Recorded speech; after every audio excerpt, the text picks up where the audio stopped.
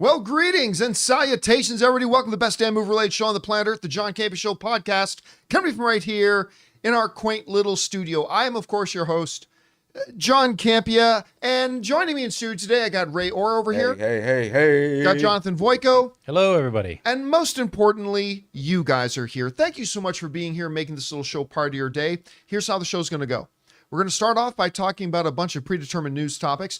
Then in the second part of the show, well, we're going to take your live comments and questions. If you got a thought, comment, question, observation, or theory that you'd like us to address, go ahead and send it in using our tip link at www.streamelements.com/johncampea/tip. You can send that in as we're doing the show. The best part about the tip link, though, is if you're one of the 90% of the people who can't watch this show while it's live and you have a question you want to ask, you can use the tip link anytime 24/7. Send it on in and we'll get around to it at the next episode, as long as the question or comment you send in is appropriate that we deem to be addressed on the show. All right, guys.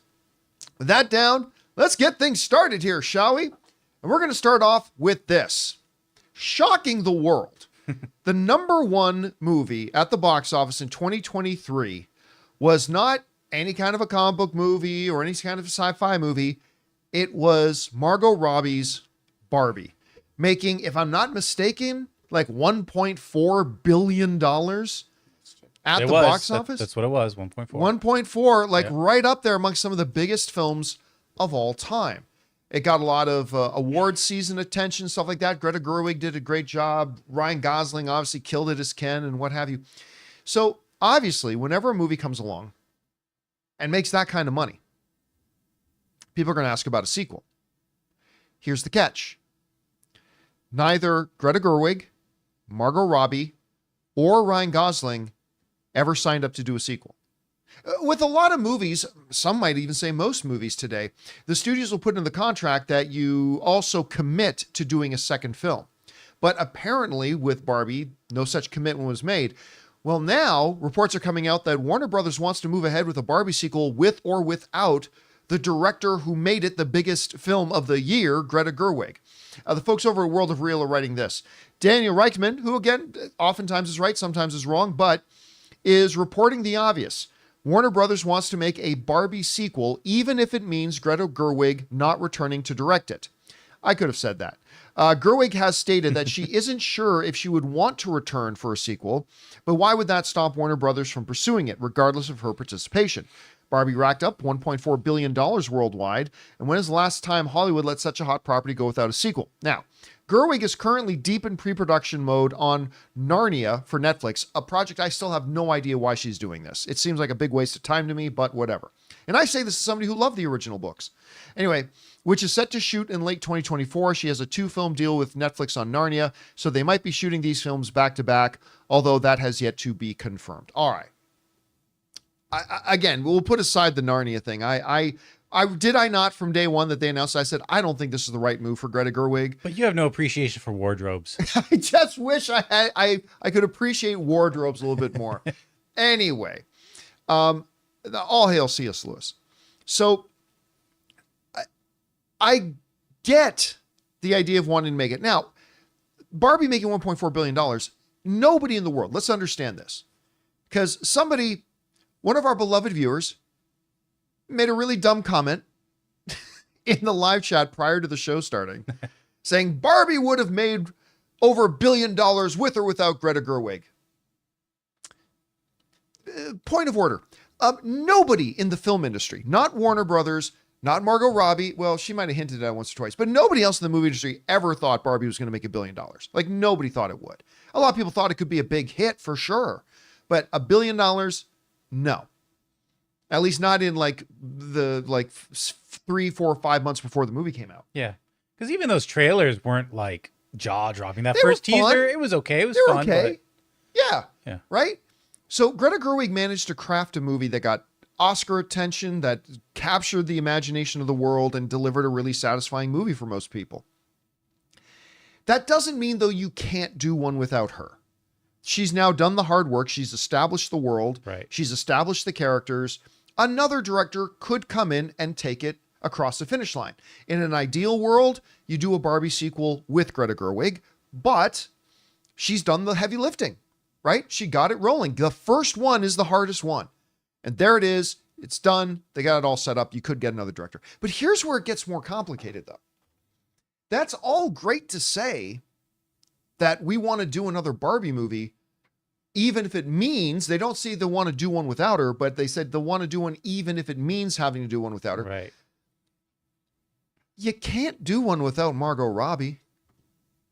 And I don't know if you can really do one without Ryan Gosling, because none of them signed the dotted line to do a sequel.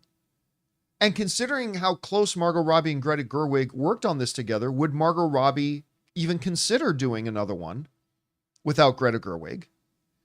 And then there's a more interesting question too, because Jonathan, you and I were talking about this before the show started. I said that I actually think if I'm Warner Brothers, I actually think the smarter move, I mean, who wouldn't want a Barbie sequel? Of course. The first one made 1.4 billion. Even if it makes half, that's 700 million. Yes, even if, yes, exactly. Even if it just made half of what the first one made, that's another big smash success for you guys, right? I want to propose this, though. I actually feel that a Ken movie, a Ken spin-off movie with Ryan Gosling might actually do better for them than a proper Barbie 2, because you pointed something out before the show started, Jonathan. You said, well, that would make sense because like Barbie's story kind of is brought to its completion. Once you get to the gynecologist's office, your story's done. Like what's left? Where do you go?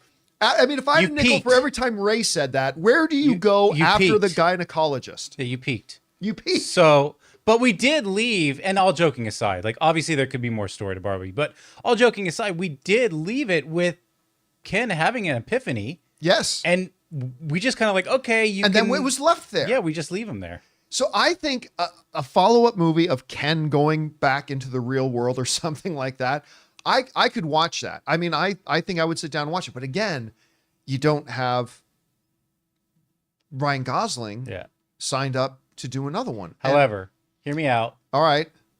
You recast Barbie Anya Taylor-Joy. Huh. Okay. In principle, I dig it. Doesn't even have to be that Barbie, because she could be just another Barbie. Could be another Barbie. Could be another Barbie. But would it be Ken's Barbie? And would the audience... See, I think in principle that works. But would the audience rebel against that? I'm not talking... Not because of anything against Anya Taylor-Joy, but just anybody other than Margot Robbie. Is the audience going to be interested in that? And I don't know. Well, I don't think there are $1.4 billion interested in it, but 650 to 700 million, maybe. I mean, in my opinion, I don't think you can have you can't have Ken without Barbie, but the other way around you can. That's just my opinion. I think, and also with Ryan Gosling, I don't know if they want to really bank on a big movie. What was the budget on this movie? Let me look at. It wasn't out of hand. I mean, I think you can. I mean, I think you could do a Barbie movie without Ken. But this Ken, the Ken we got in the first Barbie movie played by Ryan Gosling, I think there would definitely be an audience to see a solo movie with that Ken. But how big of an audience compared to a Barbie movie is what I'm saying. Because Ryan Gosling, his past few hits that we loved, Fall Guy, whatever. Doesn't matter. Didn't make a lot of money. Yeah, but doesn't matter because look at Robert Downey Jr., right? Robert Downey Jr.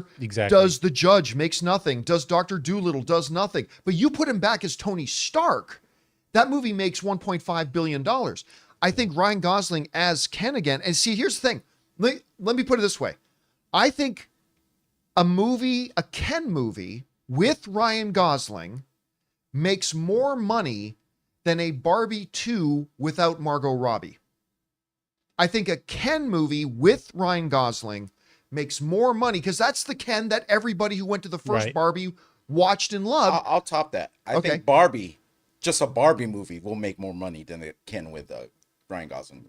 Barbie with or without Margot Robbie? With or without Margot Robbie. Will make more money than... You think a Barbie movie without I don't think the Barbie from the last movie would make more money than a Ken movie with the Ken from the last movie? No, I think you have to have one of these that amount characters. of people in the Ken movie with Ryan Gosling? Just Ken. It's not like he's alone. It's not a void. It's not a vacuum. I'm just saying, I think Barbie is vital to a Ken movie. She needs that property needs to be I would have agreed before the first Barbie movie.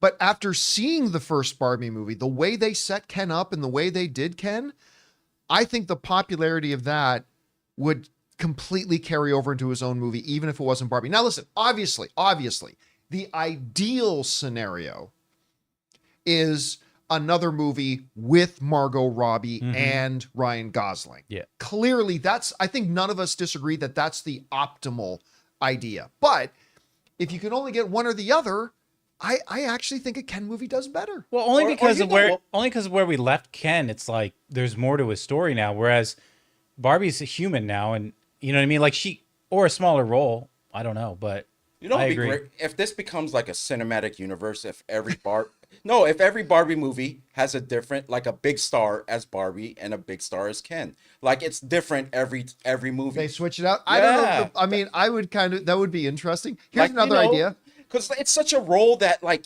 you want to see your favorite actor try to do. Favorite actors try to do. Something like that could be the next James Bond or the next Batman. Something like that would work. I mean, if you're gonna switch it all up, then every movie it's a different Barbie, and be like, oh, I wonder how. So we could get the different variations of Barbie. I don't know if the audience would go for it. I know. Because here's the problem: if they can't get Margot Robbie and Ryan Gosling, let's say they ask for too much money, I would be down for that. I could see that, but then you could also get and it's not my opinion, but you get the perception of a cheap knockoff. Yeah, I mean that unfortunately, it's unfair, but that's unfortunately would be the case. You know what else I'd be down for? And I'm not even joking. I'm not even kidding. I would totally be down. It wouldn't make $1 billion. I would be down for a Michael Cera Allen movie. Oh, so I was thinking too. Were you too? I was thinking I'm not lying. I know. I would be really curious to see a Michael Cera Allen movie. It obviously wouldn't make $800 million or anything. It would also be on YouTube. But it might also be on YouTube. No, but like Michael Cera it's a great. I mean, it was great. Michael Cera and Ryan Gosling. You know what I mean? Like and seemingly you're gonna have reprising roles that. You know. I mean, yeah. So anyway, guys, question is for you.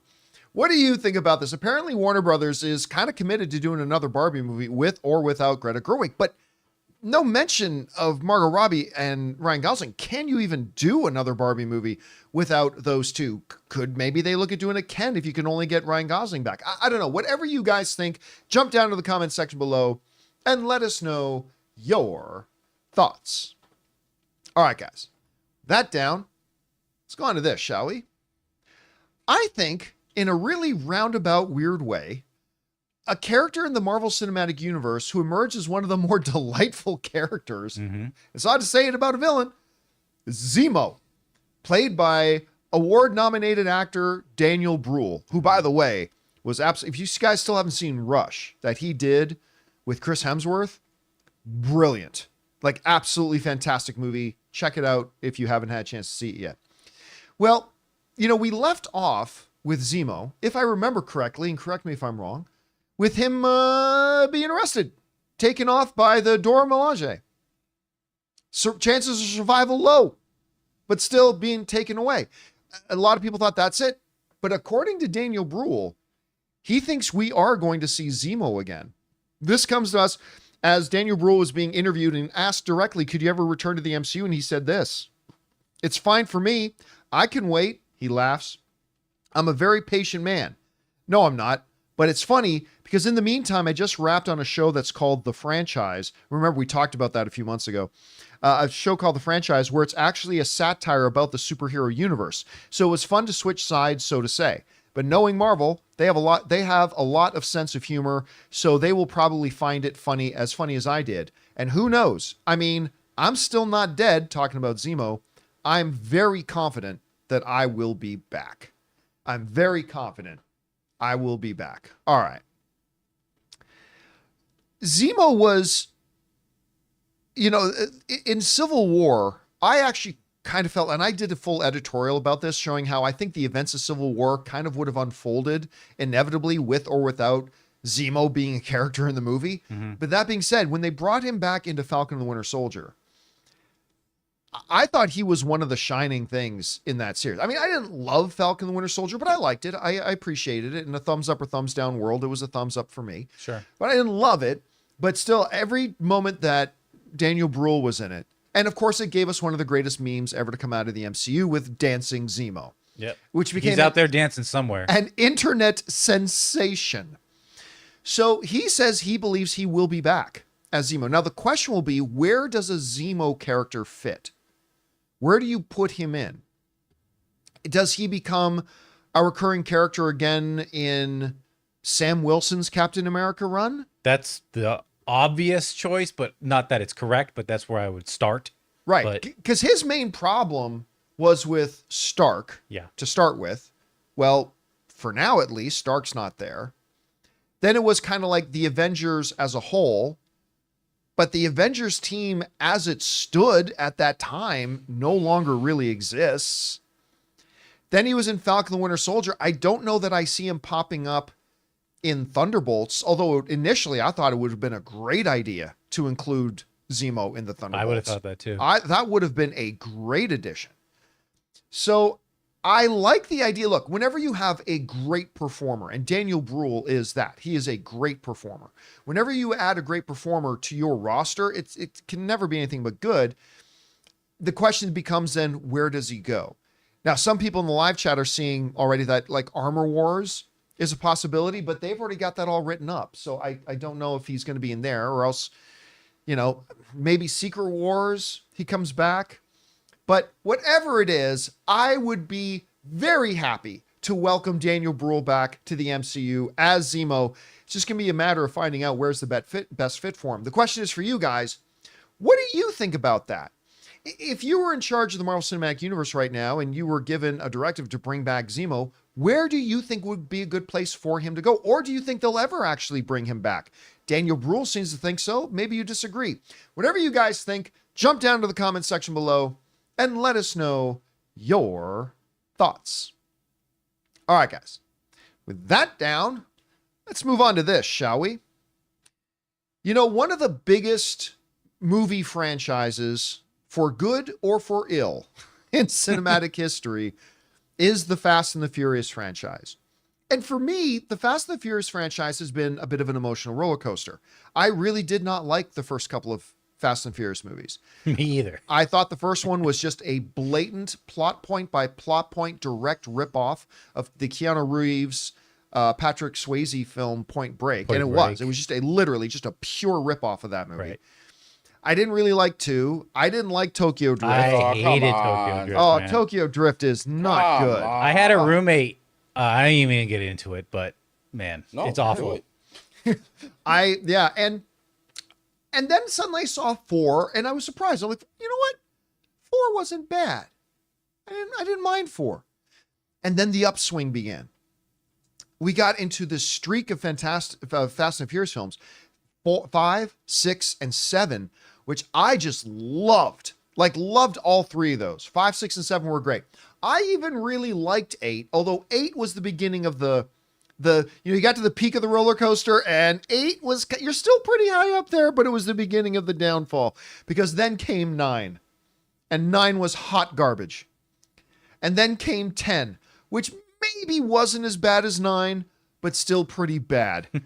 And declining returns at the box office. Still made money, but I mean, declining returns at the box office. So now we're looking forward to 11, and Vin Diesel just gave us an update that the writers that they had announced were writing Fast 11 are out. And the writer of Fast 10 is back. This comes from Screen Rant, who wrote this. The new movie is set for release in 2026 and was announced with writers Oren Uziel from The Cloverfield Paradox, which was a terrible movie, and Christina Hodson from The Flash, a movie that flopped terribly, but I really liked. However, Diesel took to Instagram to talk about Fast and Furious 11, seemingly confirming that the sequel is going to now be written by Zach Dean instead of Uziel and Hodson. He wrote this in a picture with him and Paul Walker. While doing ADR this week on the Universal lot for a beautifully written piece by Chris Morgan, I was reminded of the blessed moments along this journey where bonds transcend films. Fast X Part 2, just call it Fast 11. Fast X Part 2, written by Zach Dean, is going to hit you hard. Hope to make you proud. All right. To not as big of a degree and not as big of red flags and warning lights. This reminds me a little bit of, we've got a Madam Web movie coming, being brought to you by the writers of Morbius. It's not a good feeling. It's not, it's enough to turn stiff to flaccid. It's not a happy thought. It's not a happy thought. Now, listen, Zach Dean also wrote a movie I actually kind of had some fun with. Remember that Chris Pratt movie, The Tomorrow War? Oh, yeah. That was on, where was that? Was it on Amazon? Amazon Prime. Yeah, Amazon. Not everybody loved it, and I don't think it was one of the best things we saw that year, but I really didn't mind it. I didn't mind The Tomorrow War. I thought it had its upside, so that's fine. But he did the story for Fast 10. Not the full screenplay, but he did the story for it, and I think that movie was garbage. I think that movie was absolutely terrible. Why you go back to that, not to say that Zach Dean isn't capable of better. I'm not saying that. Everybody has a bad day at the office. Maybe Fast 10 was his. So I'm not saying he's not capable. It's not like he had this long list of failures that the writers of Madam Web and Morbius had. It's just, I think if you want to shake up a falling on your face movie like Fast 10, you just change things up. And I think that starts with getting a new writer. But whatever worked well with Vin Diesel, I suppose. So they're going back to Zach Dean. And I will leave my expectations at the door when I go in to see Fast 11. I Good will. idea. But for right now, I've given up. Right now, I don't have any belief Fast 11 has even a chance of being good. I mean, unless, are they actually... God, Ray. Are they going for a smaller story like we thought? Because maybe this guy will actually write something that's really decent, and maybe it's those jump the shark moments he's just terrible at writing. Yeah. Exactly. I don't think Zach Dean overall is a terrible writer. When I look, he has a very short filmography. I think he's got other than Fast, I think he's got 3 films. And none of them are terrible, to be honest, other than Fast 10. It's just, again, one of those things where it's like him on Fast didn't work. So maybe shake it up and go in another direction. Yeah. Now, look, I'm with you. All the rumors we've had about Fast 11, maybe getting back to the basics, going instead of being a 15-country global, we're super spies for the government. That's what I mean. Yeah, getting back to, hey, there's a heist and there's car racing. If you can get back to that, that's great. But I still really feel you need to shake things up and replace the writer. And if they're going to do this, as of right now, I really don't have any faith in Fast 11. Again, when the movie comes out, I will take that baggage that I have no belief in the film and I'll leave it at the door and I'll go in and judge the movie on its own merits. And hopefully it'll be great. But I got to tell you, I think this is the wrong move. This is supposed to be the last one, right? At least that Vin Diesel is involved with. Yes. So they say. If they don't hit a home run on this, then if it's going to be the cap end of this franchise, then they better get it right, I think. I certainly hope that they do. And I hope we get another Fast 5, 6, or 7, and maybe less Fast 9 or Fast 3. Tokyo Dirt. Anyway, sorry. Anyway, you know what? I'm going to be fair. Tokyo Drift had its moments. Yeah, all of it. Didn't we watch it on TV? When we were in Vegas, it was on TV, remember? And why did we keep watching it? And we had it amazing. On. It's amazing. Because it had its moments. You didn't change it. You didn't. I was working. You were the one laying there watching I know, it. but you could have easily changed it. I mean, but no one changed it. Anyway, it had its moments. Yeah. It had its moments. Guys, question is for you. What do you think about this? I mean, granted, they were going to have the writer for Cloverfield Paradox, so maybe that isn't so great either. But I don't know. I think they needed to change up the writers. Maybe you disagree. Whatever you guys think, jump down into the comment section below and let us know your thoughts. Okay, guys. With that out of the way, we still got to talk about The Last of Us. Season 2 is going to have a shorter Season 2 than Season 1 was, but we might also be getting a Season 4. We're going to discuss that. And the next Avengers movie is going to be huge. They're saying you could have over 60 returning MCU characters. Okay. We're going to discuss that and a few things more. But before we do, we're going to take a quick second and thank one of the sponsors of today's episode of the John Campea Show podcast, my mobile service provider, and they should be yours, Mint Mobile. We want to thank a sponsor of today's video, Mint Mobile. My favorite spring cleaning takeaway is the post-clean clarity you get. Wow, how have I been living like this? It's kind of like when you find out that you've been paying a fortune for wireless when Mint Mobile has phone plans for just $15 a month when you purchase a 3-month plan. My last mobile service provider was quite good, but ever since I switched to Mint Mobile, I've enjoyed even better coverage, better phone clarity, and I'm paying less than a third of what I paid to my old provider. Say goodbye to your overpriced wireless plans, jaw-dropping monthly bills, and unexpected overages. All plans come with high-speed data and unlimited talk and text delivered on the nation's largest 5G network. Use your own phone with any Mint Mobile plan and bring your phone number along with all of your existing contacts. To get this new customer offer and your new 3-month unlimited wireless plan for just $15 a month, go to mintmobile.com/Campea. That's mintmobile.com/Campea. Cut your wireless bills to $15 a month at mintmobile.com/Campea. $45 upfront payment required, equivalent to $15 a month. New customers on first 3-month plan only. Speed slower above 40 gigabytes on unlimited plan. Additional taxes, fees, and restrictions may apply. See Mint Mobile for details. And thank you to our friends at Mint Mobile for sponsoring today's episode, being my mobile service provider, and always being here for the John Campea Show podcast. All right. With that down, guys, let's move on to this.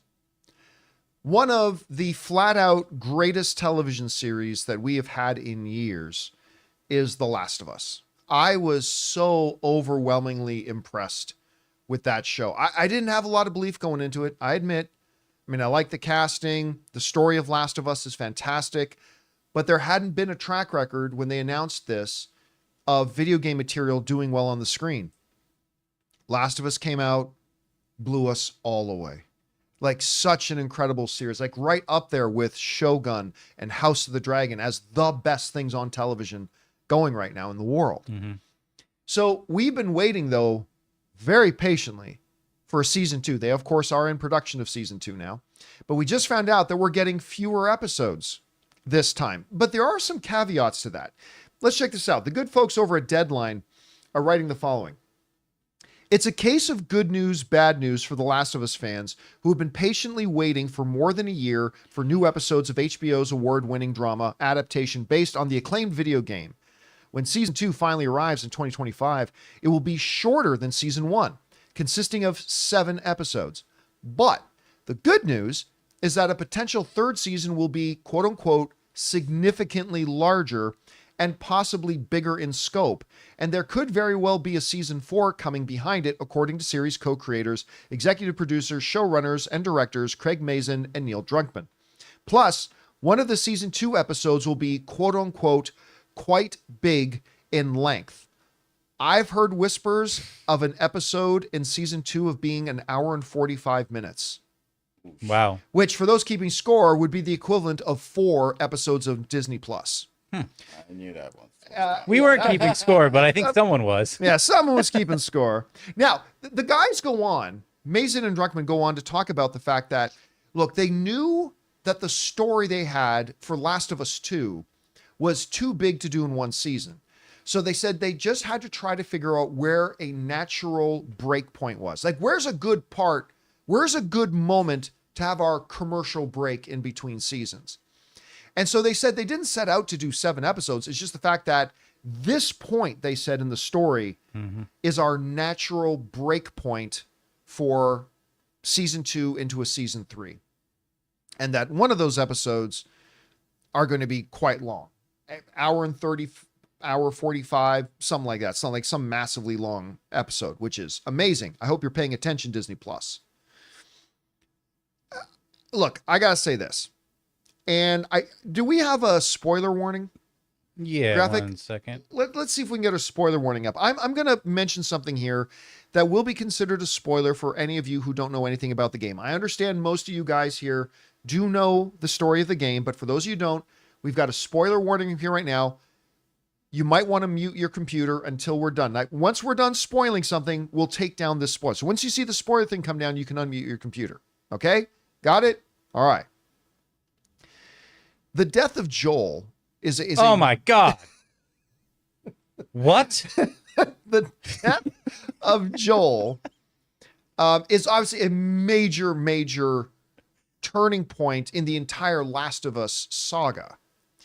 And a lot of us speculated that they are going to do season 2 in such a way that they probably end season 2 with the death of Joel and then go into season 3. So they're probably going to rearrange their story a little bit and all that kind of stuff and then move on to that. And if that's the case, 7 episodes seems to make sense. Stop it there and then go into a much larger season 3. Okay, spoiler thing can come down. Okay. I had a follow-up on that, though, on a theory. Okay, well, go ahead. So just real quick. Spoiler up again. Yeah, no, I'm keeping it up. I'm sorry, it's sort of on your shot, so I'll just do this. But I'm of two minds. Either season 2 is shorter because that's our cliffhanger, or season 2 is shorter because they want to keep Pascal's name and recognition into season 3 where that happens. So I'm of two minds on that. But here's the problem with that, though. If you do that, then you're going into season 3 and you're killing off Joel in like episode 1. Right. Right. And that'll just piss a lot of people off. That's true. You probably do that more for the finale, I would guess. Okay. So the spoiler thing can come down now. Ding. So going into that would explain why season 3 could be much bigger, much grander, all that kind of stuff. And then they're even saying they got story for season 4. Now, it should be noted that as of right now, HBO has not greenlit a season 3. Interesting. They're only greenlit up until the end of season 2. And they're talking about a 4. And they're talking about 4. Now, I don't think it's going to surprise anybody when season 2 comes back. The ratings are huge like they were for Last of Us, and then they'll greenlight season 3 and they'll move ahead. But can they go into 4? And do they go outside of the games? Like, does a season 4 then take us outside of the finale of the game Last of Us 2? I don't even know if you have to, because the storyline of The Last of Us 2 between the different factions is so huge. Right, but they're doing it over 2 seasons, right? They did game 1 in 1 season. I could see them stepping out in 4, but not by 3. So, I mean, no, like 3 is going to be like seasons 2 and 3 I see what you're saying. are going to be the second game. Yeah, I see what you're saying. But then if they do a 4th season, now you're getting into new original content. Yeah. So that will be interesting remember to see. There's that life down in like California and everything that we kind of like get a gap. They could fill the gaps in the game because there are time gaps of like where there's California involved and then Seattle and then there's still, you know what I mean? There's a lot of stuff they can fill in. So. All right, guys, question is for you. What do you think about this? Season 2 of Last of Us is going to be shorter, just 7 episodes, but apparently one of those episodes could be basically movie length. I don't know, but then a longer season 3. Does that work for us? Are you looking forward to it? Did you even see the first season of Last of Us? If not, you really should. Whatever you guys think, jump down to the comment section below and let us know your thoughts. All right, guys. With that down, let's move on to this, shall we?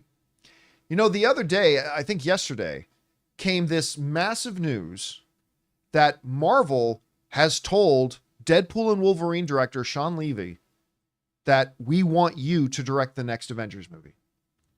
Now, he hasn't made a decision about whether or not to do that, and we talked about the repercussions of that. But buried in that story was a really interesting, dare I say, kind of shocking piece of information that Deadline revealed, which is exactly the scope of the next Avengers movie. Now, listen, it's an Avengers movie. We all expect an Avengers movie, we've had 4 of them, to be the big events, right? Big things happening in Avengers movies. Mm-hmm. I was not prepared for this because in that Sean Levy story, Deadline wrote the following. They said this: even with no director set and the script only recently coming in for the next Avengers film, Marvel has been working hard in recent months to pull this together so shooting can begin next year on one of Marvel's largest productions to date. Here's where it gets interesting. Sources close to the project say more than 60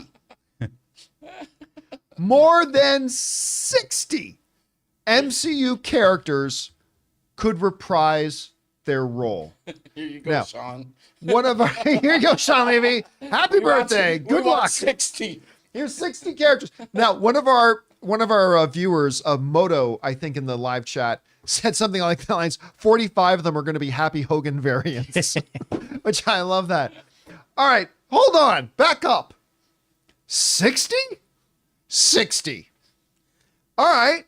I mean, when you stop and think about it, That's not the craziest thing when you consider you could probably get like 5 or 6 or 7 just out of the Black Panther franchise. You can get 5, 6, 7, or 8 out of the Guardians franchise. You've got maybe Mrs. Chen can come in. Yeah, there you go. Miss Chen, 60? Now I feel like Allen Iverson. Practice? This might correlate to our earlier story with Daniel Bruhl. I mean, he could be one of them, obviously. So yeah, he probably saw that and said, well, I must be coming back. Yeah. Well, I mean, it says more than 60, so it could easily be 69, oh boy, going for the 69. Just you really like CHC have is saying Wong and Madison. Yep. They have to there's be there. 2 more there. There's a couple more. Yeah. Vision maybe and White Vision. Michael There we go. Peña's Luis comes back to narrate the Maybe you Secret got Wars. maybe you got, Doctor Strange and Charlize's character and Yep. another couple. Fantastic Four, obviously. Now, somebody, I don't know if this is accurate or not. Somebody in live chat put Endgame had 38. So I don't know if that number's accurate or not. I don't know, but let's just say for a second. Okay, let's say it was 38. I believe it. That end scene, yeah, I could Yeah, it was believe big. that. 38. Okay, 38. You're talking roughly double that? Double that? What? So I have to, like, when we did the Sean Levy story, right? Part of me in my mind thought, Sean, how are you not jumping at this? But then we thought, one of the reasons Sean Levy may not be jumping to say yes to this offer is because fandom is awful. And no matter how many good movies he makes, if for whatever reason the next Avenger movie doesn't turn out well, everybody's going to say, Sean Levy sucks and he should never direct anything again and blah, blah, blah. Because fandom is a bunch of hoardy little babies. I mean, that's what we are sometimes. I wish we were better, but oftentimes we're not. So I don't really blame him. But now that we're understanding, maybe they're saying to him, okay, so you know how in Avengers we had like 6 characters? Yeah, that's great. I love what Joss did with that. Looking forward to working on an ensemble. Yeah, okay, that's great. So we're thinking 60. I'm like, what? Now, clearly, what you would probably end up with is 6, 7, or 8 core characters. And then, like in Endgame at the portal scene, a whole bunch of them just show up for 10 minutes. Yeah, I mean, that's a lot of dialogue to write for consistently. A lot of dialogue. Yeah, so, I mean, that would get...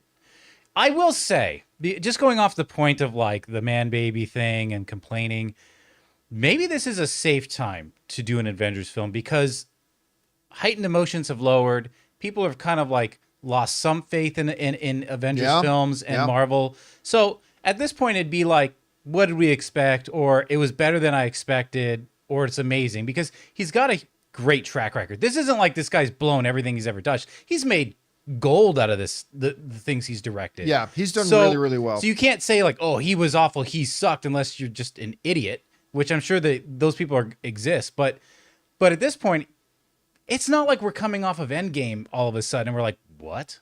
I mean, we've had a kind of a plateau here in Avengers like hype. Plateau is kind. And that's being nice. Yeah. Plateau is the diplomatic way of saying it. Mm-hmm. And let's not pretend Sean Levy is Christopher Nolan, right? Like when we say he's got a really good track record, we mean it. He's got a very good track record. Yeah. He's not on the Mount Rushmore of directors. We're not saying that he is. But again, you look at the last couple of projects that he's done, I've really liked. Adam Project was way better than it had any business being. Mm-hmm. Free Guy, I think, is absolutely magnificent. The success he's had with Stranger Things, The Night at the Museum, while not movies made for me, you can't deny their success. Real Steel, I think, is one of the most underrated gems of a movie. I was shocked by that movie. That's come out in my career, at any rate. I think he's and obviously, whatever he's done with Deadpool and Wolverine, Disney must be thrilled with it if Kevin Feige is hitting him up now and saying, we want you to direct the next event. So that's all good. But 60 characters? And then that begs the question, how many characters are going to be in Secret Wars? 395 characters. You got it. You know what? If I think about it, you could get to 60 real quick, really. I mean, listen, again. I mean, we got characters that possibly have died before coming back. I mean, absolutely. You could bring a lot of that, and a lot of it's gonna probably be on the scene to scene basis, just because they want to show the scope of this next story. Like, you go from one base where you have Thunderbolt Ross and Don Cheadle and all that, and you go to another planet, and then you show people talk. You could get to 60 real quick. It's just how they execute it, I think, is what I'm worried about. Sometimes when you get too much going on, it's real easy to confuse anyone. Like, oh yeah. So, I'm surprised I'm surprised Endgame didn't have almost 60. No. When you think about it. Mm-hmm. You ever see any of those YouTube meme videos where it's like, it starts off just looking like the portal scene in Endgame, right? Yeah, those are great. But then they keep going, and like a new portal opens, and Clint Eastwood from Dirty Harry walks out, and then another portal opens, and Christopher Reeve Superman walks out. Then another portal opens, and Dom and the Fast 11 crew. Like, eventually, like, is that Secret Wars? Yes. Is that freaking Garfield? There you go, Ray. One for you. Yeah, Garfield comes walking through with his lasagna. Yeah, if you want to make money, you bring Garfield in there. If you want to make it really good. #1 movie, baby. So, yeah, I mean, I just found that number like really kind of shocking. Again, I don't think they're going to try to do what Joss Whedon did in the first Avengers, where you take these core characters and you give them all equal time and make them each shine. Right. You're not going to do that with 60 characters. Clearly, there's going to be a few core characters, whether that number is 4, 5, 6, 7, 8, whatever. And then I think, to your point, Ray, I think a lot of these will then like swing in for Spider-Man or whatever, swing in for 2 or 3 scenes. A big battle at the end, something akin to an Endgame. I don't know, but clearly you cannot have 60 characters in one room, like with constantly sharing dialogue. And I just don't know how they would do it. Question is for you guys. What do you think about this? According to Deadline, and their sources are saying you're looking at 60 returning MCU characters. And by the way, does that pretty much guarantee that Chris Evans and Robert Downey Jr. are back? Or a Scarlett Johansson is back, or an Elizabeth Olsen is back, or I keep forgetting Kick-Ass's name, who's our new Craven. 3 names. Taylor Johnson? Yeah. Aaron Taylor Johnson. Does that mean his Quicksilver is back? Well, Ralph Boner's Does back. Rob Boner come back and make he's an back. appearance? He's back. I mean, I don't know. Whatever you guys think, jump down into the comment section below and let us know your thoughts. All right, guys. With all that down, let's get on now to the most important part of our show, which is you guys getting your live thoughts, comments, questions, and opinions. But before we do, we're going to take another quick moment and thank another sponsor of the John Campea Show podcast, our friends at The Wellness Company. Guys, we want to thank a sponsor of today's video, The Wellness Company. Okay, so you wake up with a scratchy throat, congestion, runny nose, and cough. You know your body. You know you're getting sick. So your choices are tough it out, get sick and take time off work, or hope the doctor can see you this month, or wait 2 hours at urgent care and sit in a room full of sick people, or open your medical emergency kit. Match your symptoms to the doctor-recommended prescription. Start on the right meds and nip this in the bud now. Your medical emergency kit is not a first aid kit. It comes with doctor-prescribed meds to treat over 39 medical issues. Strong antibiotics for infections of all types, strep throat, pneumonia, UTIs, bronchitis, and so much more. Plus, a doctor's easy guide so you'll know exactly what to take and when. There's no waiting to see the doctor, no waiting at the pharmacy. It's all in here. Every home should have at least one medical emergency kit. Order yours online in just minutes. Your kit will be rushed right to your door, and you can get 15% off at twc.health/Campea and use promo code Campea when you check out. That's promo code Campea at twc.health/Campea. And thank you to our friends at The Wellness Company for sponsoring today's episode. All right, that down, guys. Let's get to the important stuff. Your comments. Jonathan, what do we got up first? Stubble McShave says, I think Disney may cut a PG-13 version of Deadpool to have on Disney+. The R version would only be available for the adult setting on Disney+. I can guarantee you they won't do that. I mean, I say guarantee as if I know some insider information. I don't, but I would put a lot of money against that. They will not, because here's the thing. This movie is going to be so gory, so bloody, so profane. A PG-13 is going to be a Disney Plus Star Wars 30-minute episode. Mm-hmm. I mean, they're not going to do it. And I don't think Ryan Reynolds would let them do it. I don't think he'd agree to do it if they did that, even though they had done that before to not very good results. So yeah, I don't see it. And by the way, like, people are going to want to see the movie, not a bastardized version of the movie. They're going to want to go to Disney Plus to see the movie. So I don't think they're going to do it. All right, what's next? All right. I think this qualifies as non-spoilery for Acolyte. Edvis says, liked Acolyte. You know what? It's been more than 24 hours since the episode came out, so we're fine. Yeah, and this doesn't really give anything away. Liked Acolyte, was hoping to love it, but we'll keep watching. Also, am I the only one getting the Jason from The Good Place is the Sith Big Bad vibes? He seems to know way too much for being just a sidekick. You know, when I did the Acolyte open spoiler discussion last night, a number of people wrote in with that same theory. Here's the reason I don't believe it, although it's possible. It is possible that Manny, that's the actor's name, that Manny is the Sith Lord. But the reason I wouldn't count on that is twofold. Number one, it's too obvious. Like, it's just way too obvious. But number two is the way that May and him were talking to each other. Mm-hmm. I got the impression they have both been in his presence at the same time. So I'm going to guess no, that he's not it. Plus, he seems way too young. Well, so I'm going to guess it's not. Also, how could he be on that beach scene, but also be with them on a ship at the same time? Like, he's in two different places. Yeah, so there's that too. So I'm going to guess not, but I'm not going to say it's impossible. It could. All right, what's next? All right. Sebastian Gomez says, hey, John, hope you're doing well. It's always annoying when I see people say Hollywood or Disney don't make anything original anymore. I like to point out that Disney's last 10 animated movies, only Lightyear was not original. Yeah, and you can even make an argument that Lightyear was original. Yeah, it was a different spin on because it was something. A completely different thing, right? It was even though it's Buzz Lightyear, but it's not the Buzz Lightyear from Toy Story. So you can even make an argument for that. Yeah, I mean, just look at the streak. Like, okay, take Lightyear out of it for a second, but just even the recent movies. If you go under Disney Animation's umbrella, which includes Disney Animation proper and Pixar, we've had Strange World, we had Luca, we had Soul, we had Turning Red, we had Elemental. Like, these were all original films that they put out. So I think Bob Iger coming back when he said, we're going to do a new Zootopia. We're going to do a new Moana. We're going to do a new Frozen, because the right strategy is to mix it up. Mm-hmm. To have a mixture of your successful ongoing franchises and a mixture of new, fresh, original IP that you can turn into franchises later, right?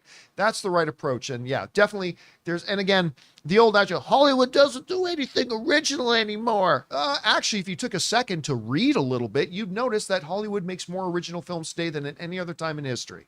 So yeah, both of those comments are completely invalid. All right, what's next? We got, Abraham. Hi, John. My most anticipated movie this year is Inside Out 2. I've been avoiding all the teaser sneak peeks they have dropped for this movie. I'm going into this movie just knowing it's a sequel to my favorite Pixar film. Listen, I'll tell you what, Inside Out was a very special movie that ended up being one of those, kind of like Coco to me, in the sense that movie was way better than I thought it would be. And I go into most Pixar movies with all the belief in the world, but that's one that really exceeded my expectations. I won't tell you what it was, but I have seen a little over 30 minutes of footage from this movie, and I have loved everything I've seen so far. So next week can't get here fast enough for me. I'm really looking forward to it. It's not my number one most anticipated movie of the year. That is clearly Deadpool and Wolverine, but I'm very excited to check it out. All right, what's next? All right. Tron says, sorry, but people who are still upset about the slap 2 years later need to go outside and touch some grass. Will Smith apologized, suffered the consequences, is trying to move on with his career. We all make mistakes. What more do people want from him? You know, look, it is a very touchy subject. Nobody has the right especially at the Oscars. You're at this big event, right? You're at the Oscars that a lot of people have a lot riding on. For you to be so self-centered and so selfish to say, I'm going to disrupt and make this entire thing awkward for everybody because I want to go up on stage and I want to physically assault somebody. So I get it. I've had a lot of people write and say they're done with Will Smith, all that kind of stuff. I get it. And that was a really stupid thing he did. and all that kind of stuff. So I understand. For me, and I'm only speaking for myself, and I've explained this a couple of times, I felt there needed to be consequences for what he did, but I believe there have been consequences. He lost out on tens of millions of dollars of endorsements and projects. Several of his films got canceled. He became globally humiliated. Globally humiliated.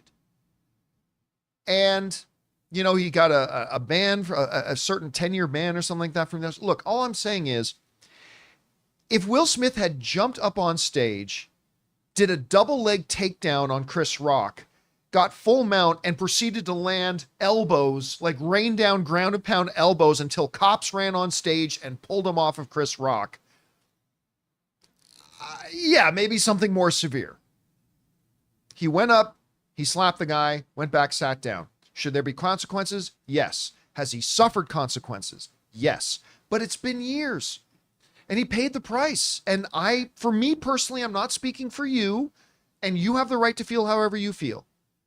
I'm just saying, for me, he did something stupid, a price needed to be paid, and a price was paid. It's time to let him move on. So anyway, that's just how I think about it. Ray, did you have something you were saying? I just said, let's not also lose sight. There's two sides. There's two people involved in this. And Chris Rock probably is going through a bunch of stuff too. We don't know how he feels, how his family feels. I'm sure they had a good friendship before. At some point.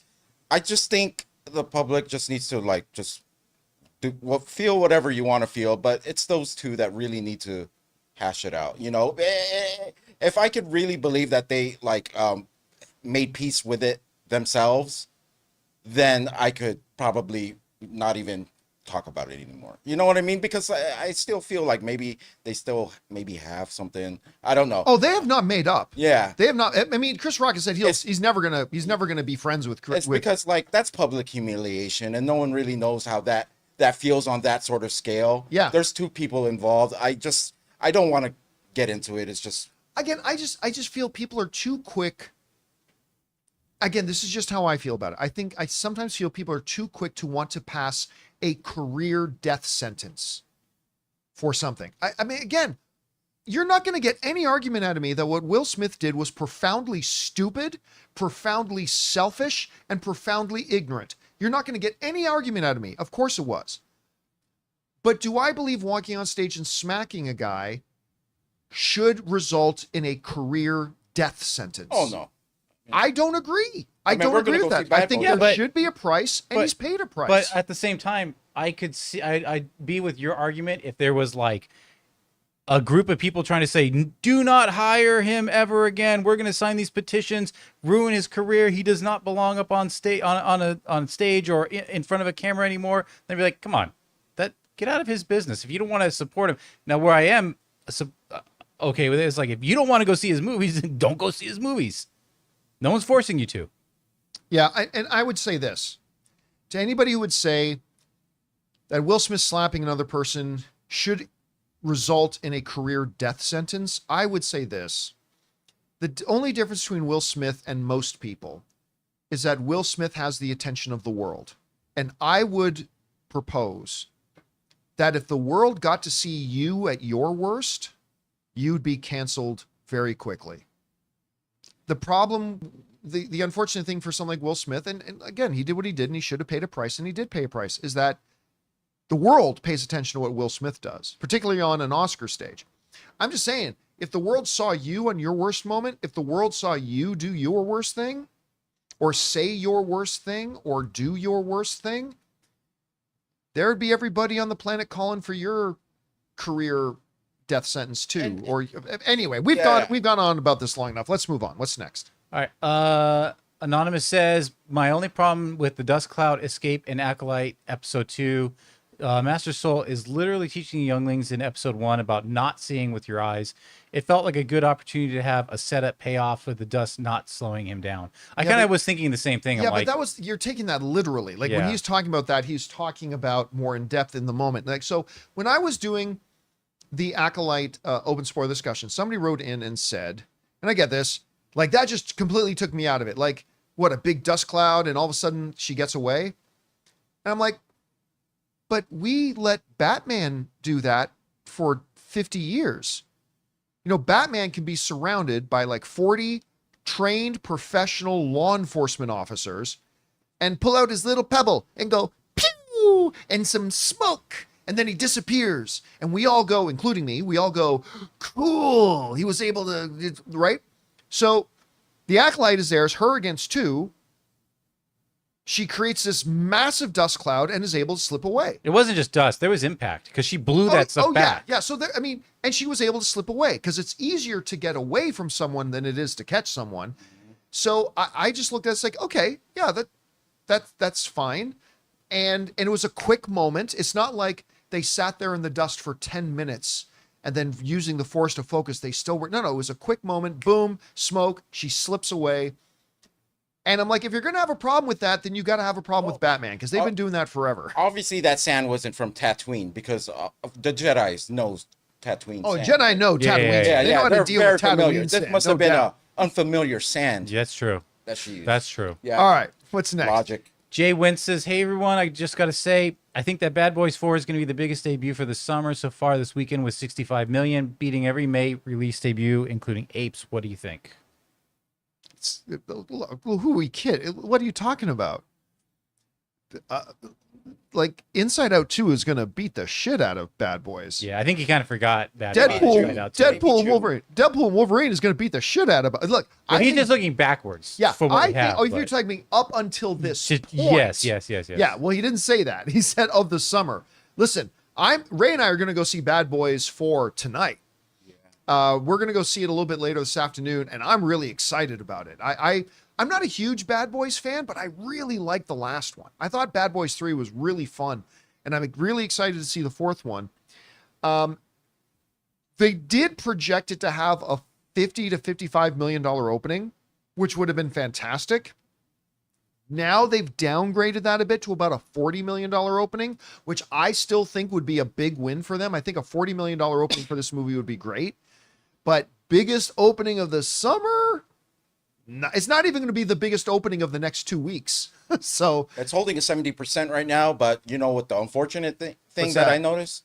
The Watchers is holding a 33%. The Watchers only has a 33? And I was kind of like, oh, I want to see that. But I really like the previews for that movie because that's M. Night's daughter Yeah. is directing that movie. 30 reviews so far, it's 33%. That's too bad. All right, what's next? Anonymous says, hey, John, my first tip question ever.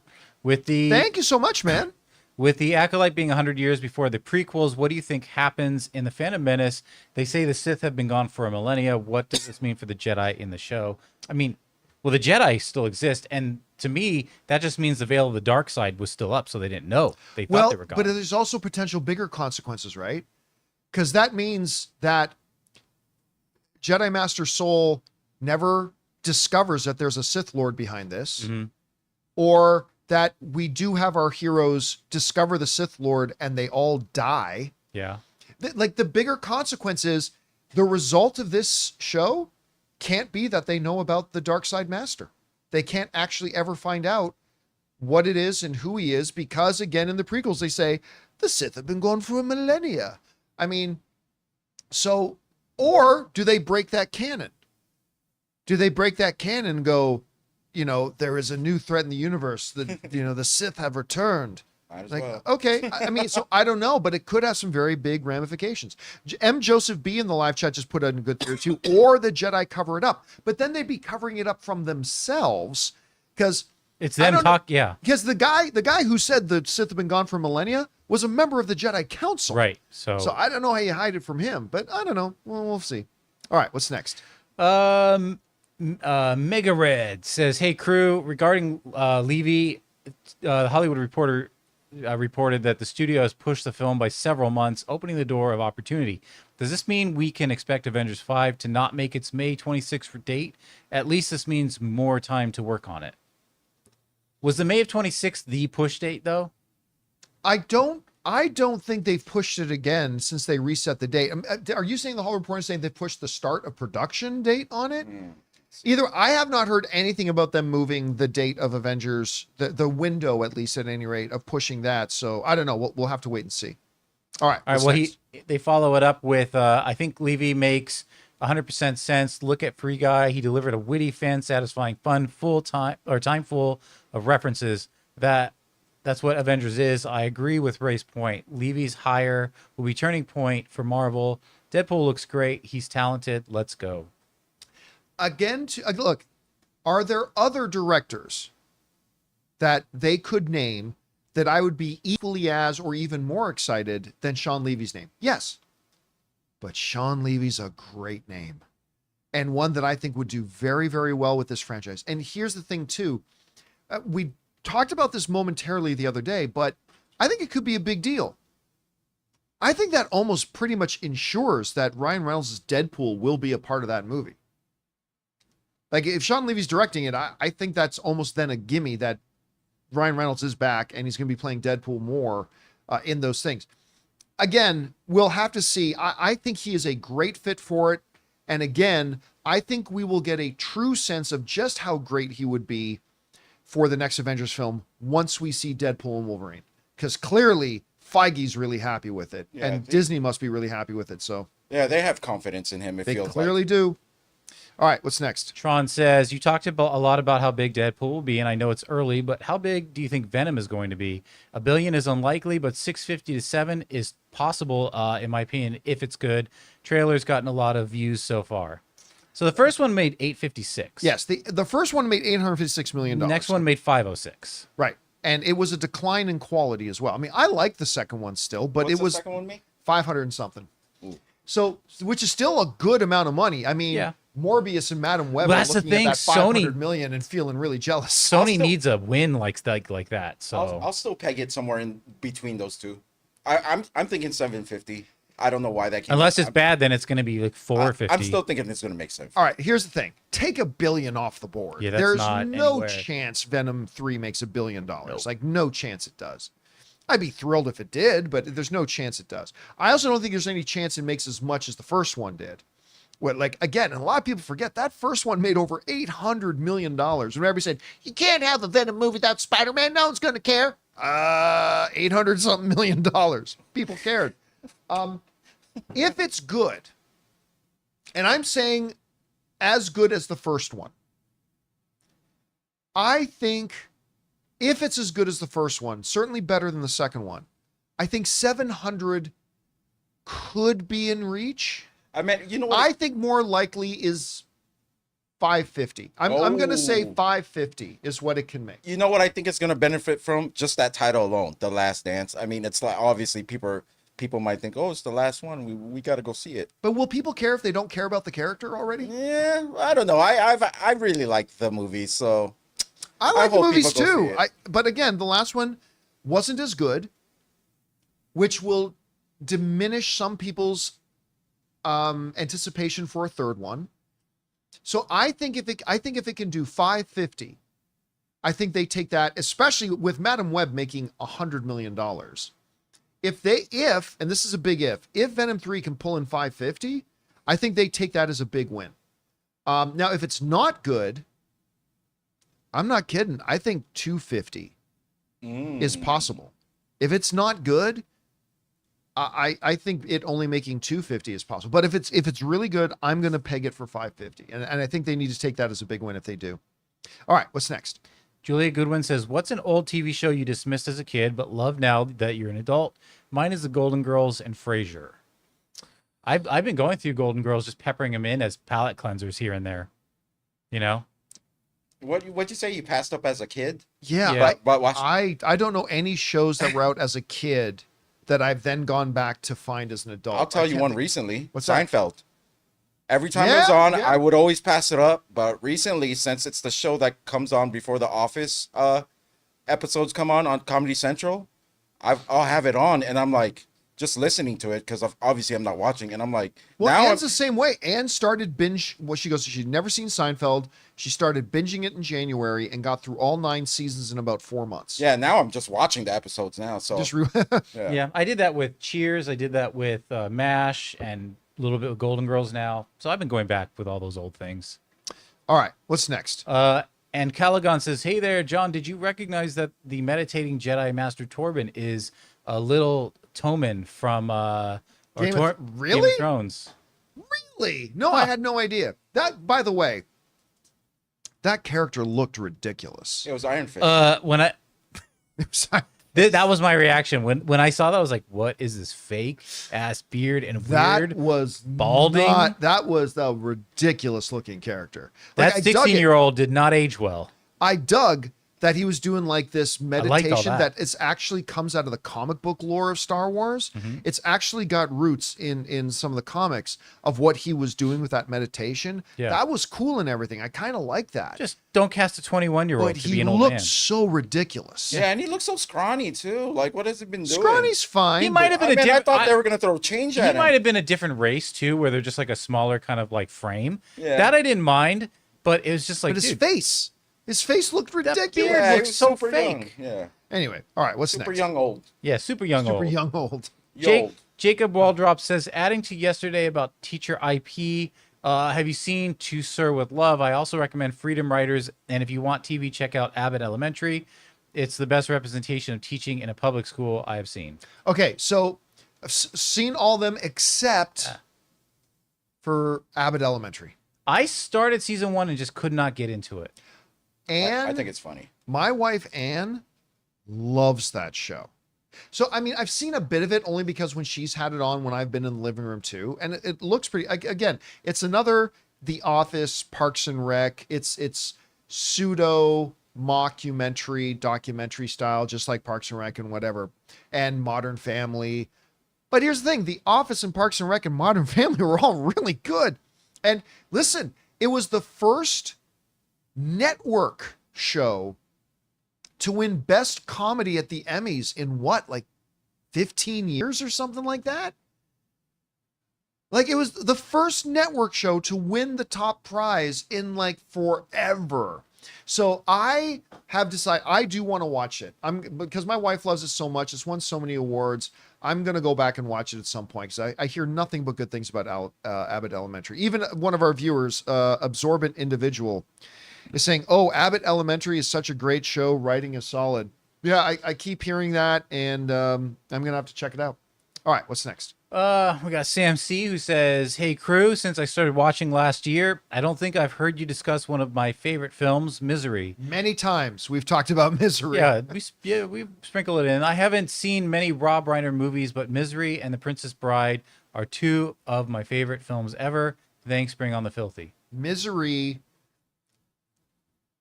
was prophetic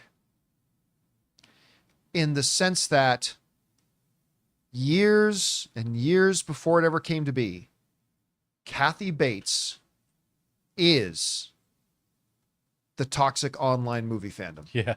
That's it.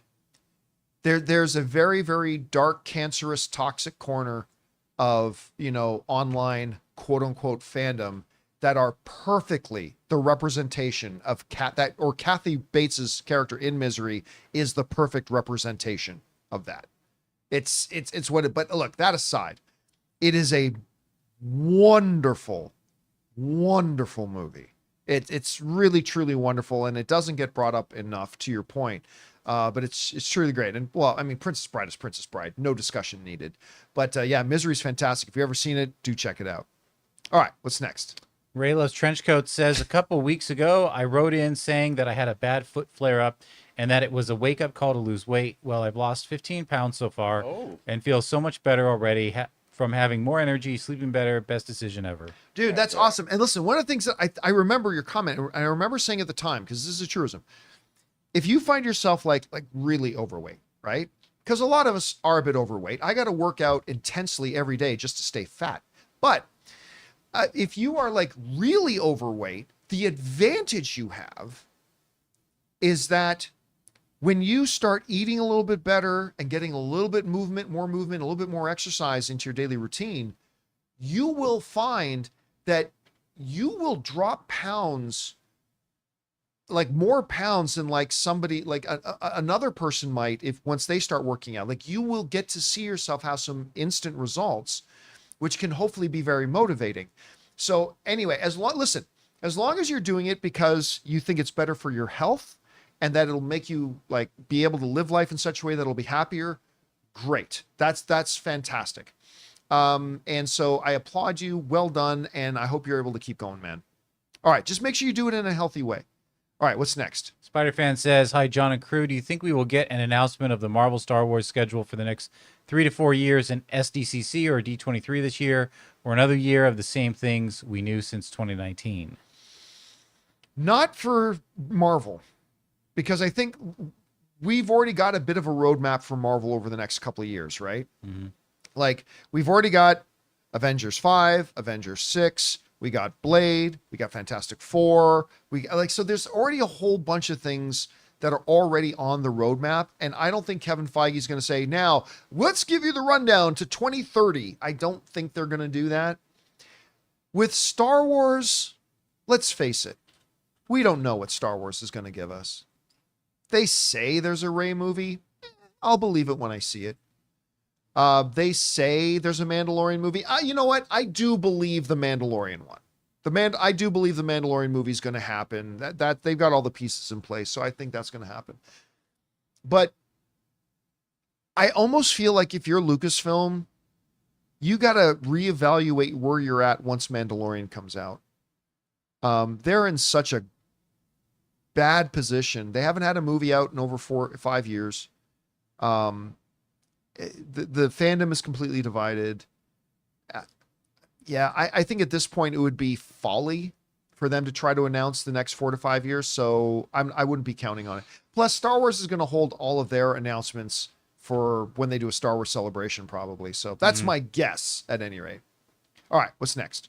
Cody Hunt says, Whoopi Goldberg just brought back all of the cast of Sister Act 2 on The View for its 30th anniversary. They performed the most popular songs from the movie on the show. I felt like I was on Cloud 9 watching it. Any chance we ever get a sequel?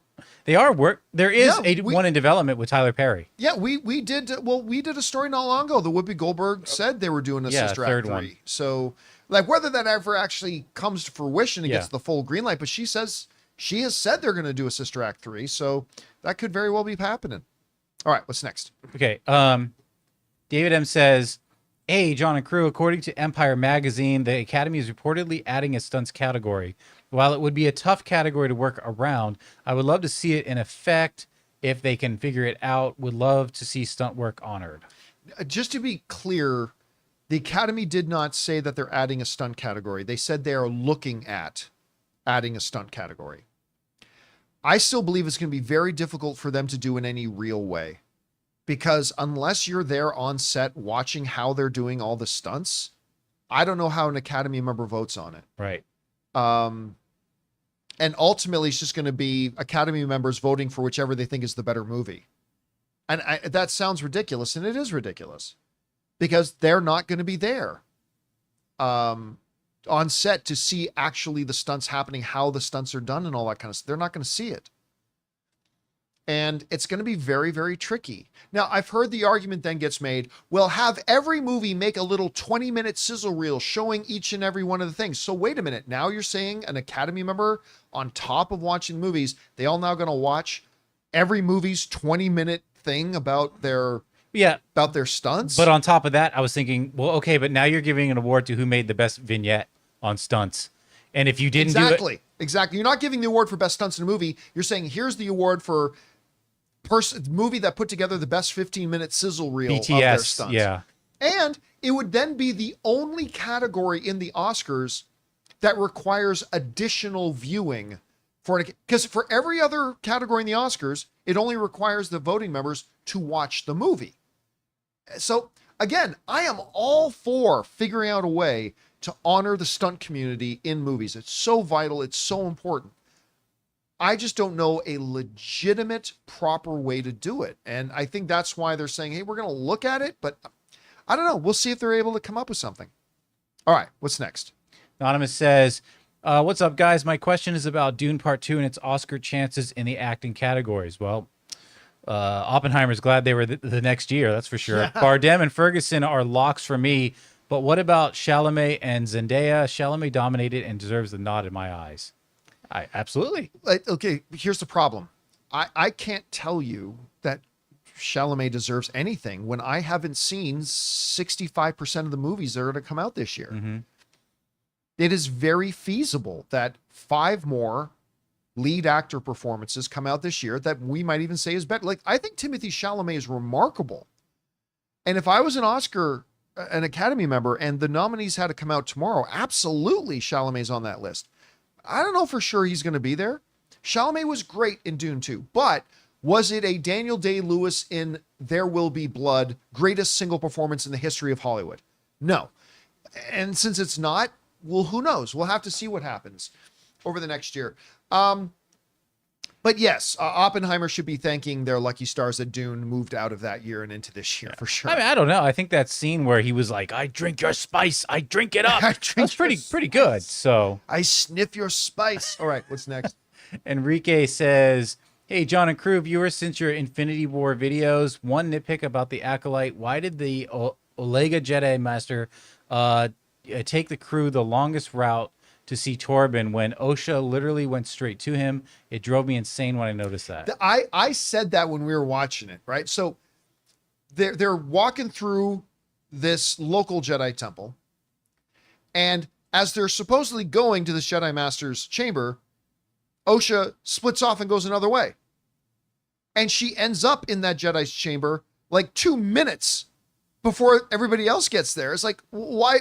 Like, were they taking the long way there? The scenic route. It was an insignificant little thing, but it is one of those little logic things that tend to bother me. All right, what's next? All right.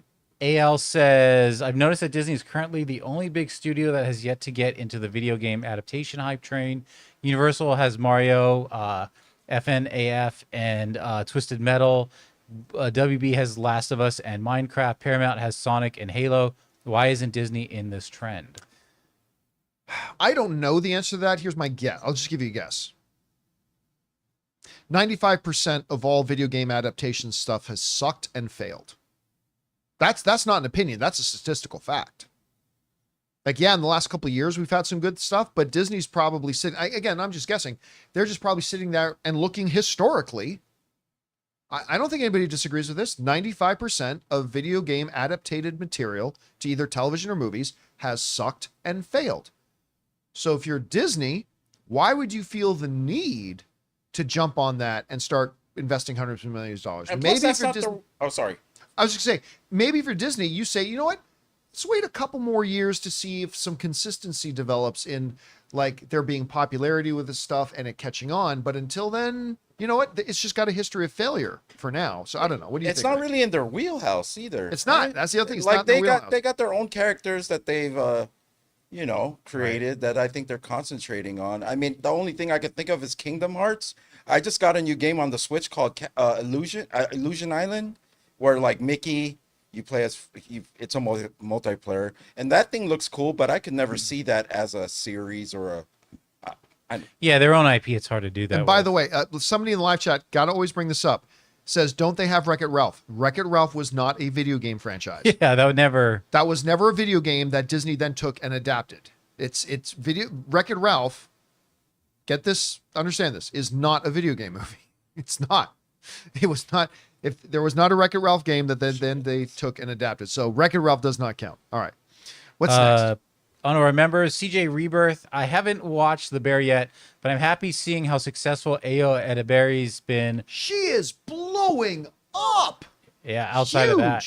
She was April in Mutant Mayhem, Yep, the VR Spider-Girl in Spider-Verse, and is going to be the voice of Envy in Inside Out 2. That's right. Yeah, she is. Hold on. For those of you who don't know who we are talking about, let me see if I can get an image of her up here quick. Give me a second. And by the way, award-winning actress. Yes. But yes, she is straight up blowing up everywhere right now. Like, her name is starting to pop up everywhere. And she is so good in The Bear. She's so good as that character. And I think she is going to be around a very long time. She's going to be around a long time. All right, what's next? Okay. We got Arun who says Infinity War and Endgame was peak movie-going experience for me. Hopefully 5 reaches that level. Doesn't even have to reach that level. Just be close. Like, even just be really good. It's like when there's a new mobster movie coming out. I don't need it to be as good as The Godfather. Just be really good. And if Avengers can do that, they'll be on their way. Breaking news: we just got our first official poster for. Really? For Fast 10. Oh, let's bring it up. Fast. Dang, man, that looks good. I'm hungry. Cheezel? Sorry. Sometimes I get bored and I just Is that what you've been doing as we've been doing the show? Yeah. That's what you've been doing? I don't know. Okay. Finn, So, everyone, Finn Cheezel. we've only been given. Is that like Mickey Mouse teeth? Yeah, Or mouth something. teeth? It's got teeth. It's all We've that. only given permission to show this for like 2 minutes. That's true, so- everyone, get it down. First official poster. Let it be known. Breaking news. Let all the things pick it up. King Tannic says, yeah, that was big time breaking news. King Tannic says, watch Vertigo for the first time and loved it. It's my first It's wonderful. It's your first Hitchcock film. Oh, I'm excited for you. Have you guys seen it? And if so, what do you think about Yeah, it? Vertigo is great, but man, I envy you that you are on the start of a wonderful journey into Hitchcockian cinema. Even just like pure, straight up classic Psycho, go. You got a lot of great ones in front of you. He truly was like, there are some things you talk about, like this guy was iconic in film history and whatever. And then it's like, it was actually all right. Hitchcock was a master, like an absolute master filmmaker. And you got a lot of great viewing ahead of yourself, my friend. All right, what's next? Have fun. Luis says, Bad Boys is coming out this weekend. I can't believe I'm not excited for this movie. I was a huge fan of the Michael Bay first two movies. The last one was all right, but it didn't have the same over-the-top action sequences like the previous ones. Am I just too old and jaded, or does anyone else feel the same way? You know what? I don't think you're the only one who feels that way. Like, a lot of people love the first two Bad Boys films. Yep. Including me. I like them. I love them. I like them. I don't love them, but I like them. I really surprisingly enjoyed the last one. And I don't know why that is. But yeah, you are definitely not alone in your feelings on that. I've heard that from a lot of people. Ray, you feel the same way. Yeah, I'm exactly the way he feels. I skipped the last one, to be honest. And like, I'm only going today just because you want to go see it. You didn't see the last one? I didn't see the last one. I thought I took you with me. No. All right, what's next? That one was Bad Boys for Life, right? Yes. Okay. Love Debate says, why is there so much negativity in movie punditry space? Your show is such a breath of fresh air. Well, tell your friends to come and join us. It's because it's low-hanging, easy fruit. And here's, I've explained this before, but here's an example. I have come in to the office and lamented to Ray and Jonathan before that, damn it, like, out of all the segments we did yesterday, the segment that got the most views was the segment that I was about something I really disliked. Like something that, whether it's a Madam Web thing or whatever. Look, the reality is hate gets clicks. And I could easily, if I wanted to, probably increase the viewership of my channel by like 40% in a week. If I made sure I put out a lot of hate content, because hate gets clicks. Mm-hmm. And so there are people who don't know how to get a viewership any other way. And so they quickly pander to hate. Some things they don't even hate themselves, but pretend to hate so they can get the hate clicks. And some things they legitimately hate, and they'll make 40 videos about the same thing because they hate that thing so much they want to make 40 videos of it, and hate just gets clicks. And we're going to list those channels right now. It's not just YouTube. It's YouTube, Yeah, it's blogs, it's podcasts, and beyond. stuff like that. But Yeah. it's a truism. Hate gets easy clicks. Sure. It's kind of like the old adage, sex sells, right? So, and there's a truism to that. So hate gets clicks. But, I made a commitment a long time ago to myself that business wise or business foolish, I wanted my channel to clearly be about the things I love. Now, there's going to come times that a Madam Web will come out and I hate that movie and I'm going to have to say I hate that movie. But you know what I'm not going to do? I'm not going to make 30 videos about how much I hate Madam Web. Or go after personally the actors in the movie. Or go after the actors or the filmmakers or whatever, or the people who made Madam Web, who just tried to go out and make a movie that they enjoyed and they hoped other people would enjoy. I wanted to be, because I remember this one time we sat down, we went to several YouTube channels, random stuff like that, and you'd go down their front channel with all the videos, and like 9 out of 10 or 95 out of 100 would be like, why this sucks, why this person's an idiot, this is a disaster, this thing sucks, hate this thing, blah, blah, blah. And it's like all of that. I'm like, I never want my channel to be that. I want, for good or for ill, whether you agree with my opinion, hate my opinion, whatever, I want my stuff to be primarily about stuff that I love and celebrate and enjoy. And that means sometimes God is saying, hey, I wanted to like this show, like an Obi-Wan. I wanted to like Obi-Wan. I didn't like Obi-Wan, and here's why I didn't like. You got to do that, of course. But I want people to go through if they come to the front page of my YouTube channel and scroll through it, that the vast majority of things is things that I'm excited about or happy about or that I enjoy and love. Mm. But the reality is, hate gets clicks. And so they pander. And that's what you end up getting. Anyway, all right, what's next? Gundam 11 says, watch Viggo Mortensen's movie The Dead Don't Hurt. I'm going to see that in 3 hours. Yeah, you're going to see that today, right? Yeah, like 3.5 hours. I have heard mixed things because it's not playing at any cinema around us. Uh-huh. So I'm going to assume you're seeing it in Burbank? Yeah, it's at the 8. It's the one in the mall. So it's not even at the Burbank 16. No. Yeah, I got a very limited release. You know what's playing in Burbank that you should see it, I think? Because I saw like the first couple minutes of it is Robot Dreams. I think you should take the girls. Know. I know. It's only playing in Burbank. It's pissed me off, too. It's playing at the 8 as well. It's a smaller one. All right, but anyways, goes on to say, great Western in acting. Did you get a chance to watch it? Well, I am in a little bit. They have not. I didn't. Sorry, I didn't catch that. What was that? Just that it's a great Western, good acting. Did you get a chance to see it? But you have not, right? No, I have not. Let us know what you think about it tomorrow, though. Mr. Max Moore says, over under 60% Marvel Studios presents at SDCC this year. I'm going to go over 60%. They didn't last year, right? I can't remember. I don't think so. I think they will do a Comic-Con presentation this year. I don't know that they are, so I'm not going to say 100%. Like, I don't know for a fact that they are. That's coming up soon, too. Yeah, I'm gonna guess they are. Like 2 months away. I think they will. You think they will? I think they will. I don't know that they will. They very well could not. But I would say maybe like a 65% chance they do one. Yeah, but I'm telling you, next year, the next Comic-Con, the next CinemaCon of next year, you better get the earliest passes you can because we're gonna get some stuff, a lot of stuff next year. Well, not at CinemaCon. CinemaCon, they don't make announcements; they just show us. Oh, right. Yeah. Okay. But Comic-Con, yeah, stuff James like D23, yeah. All right, what's next?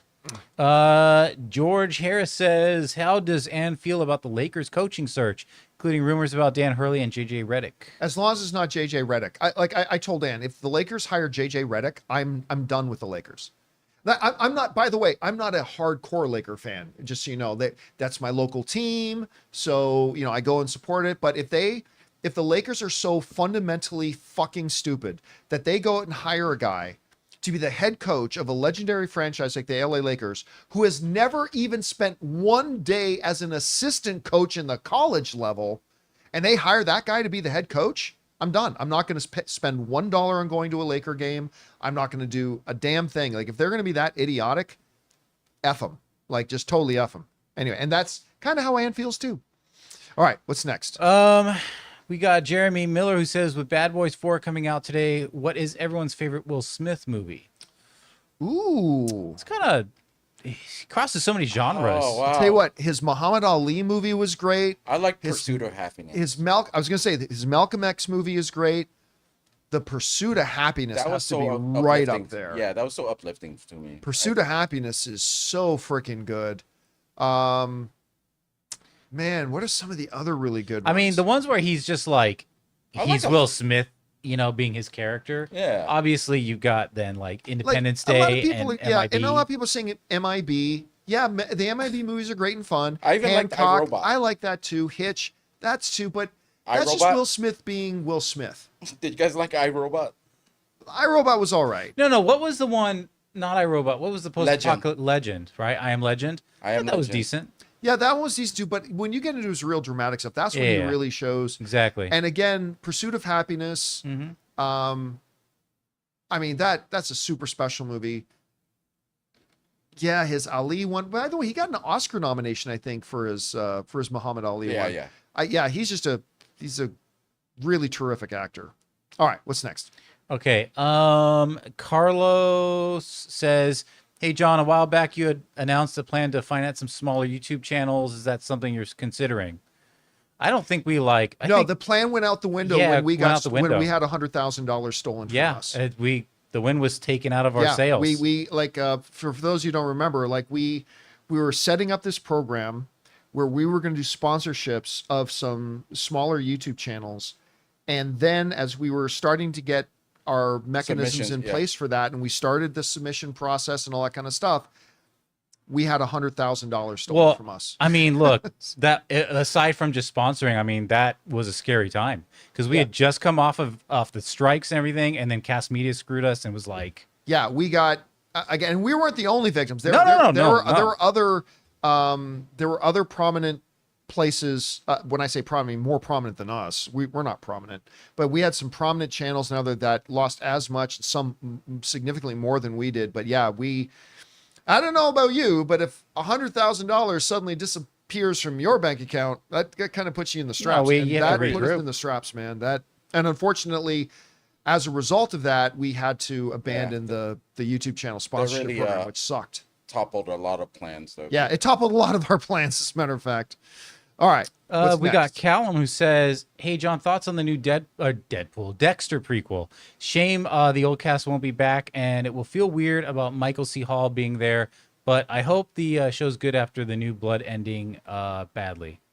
I have zero interest in it, yeah. And I say that as somebody who passionately loved the Dexter series. Did that series actually end like in a where you could close the book on it, or was it left open?